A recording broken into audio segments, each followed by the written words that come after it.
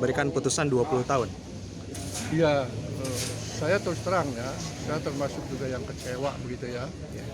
Karena konstruksi hukum yang dibangun jaksa, fakta-fakta hukum yang terungkap di pengadilan, bahkan saya sendiri diminta oleh para purnawirawan untuk memantau waktu pemeriksaan, bukan pemeriksaan di tempat. Itu saya ikut di TKP. Saya bisa melihat bahwa ini terbukti ya terbukti dengan telak sebuah kesalahan.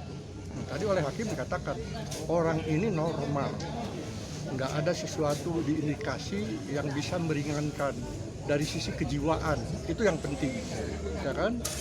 Kalau dari sisi yang lain ya itu nomor sekian, yang penting kejiwaan. Ketika kejiwaan normal dia lakukan seperti itu, ya betul pas sekali dengan apa yang dikatakan jaksa, ya tuntutannya yaitu hukuman mati. Tadi ada sebuah yang menurut pemikiran yang error menurut saya ya. Ketika bicara dissenting opinion, dimanapun juga majelis hakim itu kan ganjil ya. Ada 3, ada 5, ada 7, boleh aja. Nah, yang dissenting opinion dimanapun juga bukan 2, ya pasti 1. Dia berbeda dengan 2, dan itu hanya untuk catatan. Biasanya untuk catatan akademis dipelajari nantinya. Yang ini kok aneh ketika bicara ada pertimbangan dissenting opinion, tapi hukumannya langsung masuk ke yang dissenting opinion, meringankan gitu. Dari mana meringankannya? Apalagi dihubungkan dengan Sambo. Ya, Sambo dikatakan bahwa dia itu adalah petugas, dia juga persiapannya lama. Hati-hati dalam konteks perencanaan. Ini ukurannya bukan lama tidak lama. Ya, ini hakim dari mana rumusnya gitu loh? Ngambil dari mana? Pertimbangan hukum rumusnya lama dan tidak lama. Sambo cukup lama mempersiapkan ini, si tersangka ini nggak begitu lama. Ya tetap aja yang namanya persiapan ya perencanaan gitu loh. Ketika ada perencanaan, disitulah ada sebuah kesengajaan. Nah itu yang harus jadi pertimbangan, bukan soal itu.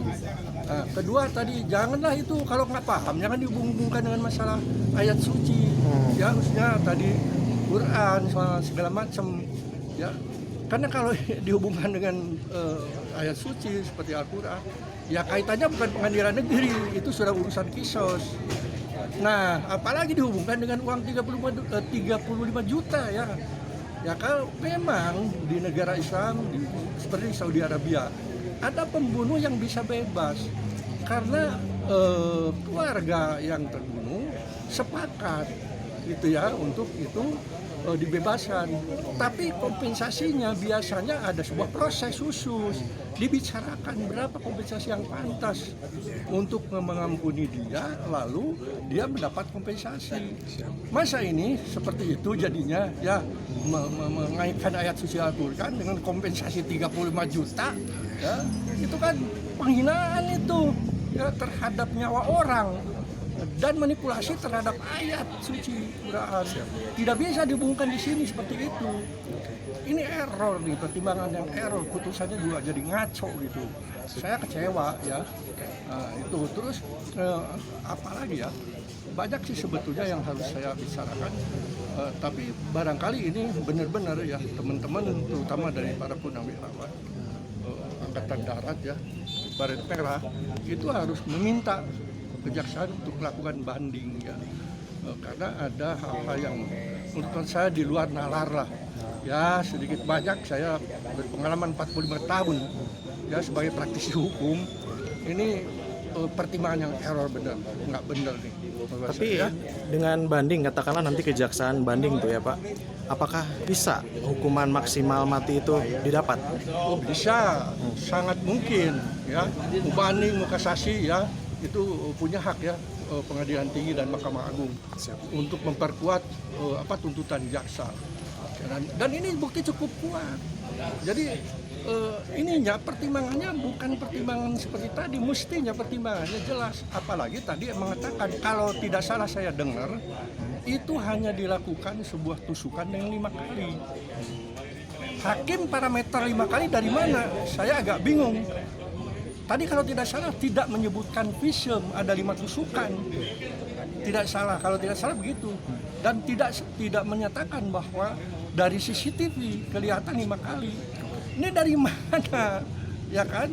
Ya, fakta hukumnya nggak begitu. Fakta hukumnya kita melihat di lapangan ketika ada apa sih namanya itu, waktu di Lembang itu ya, saya ikut Rekonstruksi ya. rekonstruksi. Saya lihat juga itu di CCTV-nya itu belasan tusukan yang terjadi. Siap. Gitu loh. Dari mana ujung-ujung ada 5? Dari pengakuan tersangka ya nggak benar dong. Ya tersangka ya bukan saksi yang harus dipertimbangkan. Mesti yang dipertimbangkan itu adalah CCTV. Siap. Dan visum preventum itu nggak ada gitu backup untuk menyatakan seolah-olah cuma 5 kali sehingga tidak dianggap tidak sadis. Ini error lagi pemikirannya, banyak sekali nih, nggak bener nih. Oke. Ya saya juga ikut kecewa. Baik. Oke. Terima kasih Pak Didin, malam ini waktunya ya Pak. Yuk.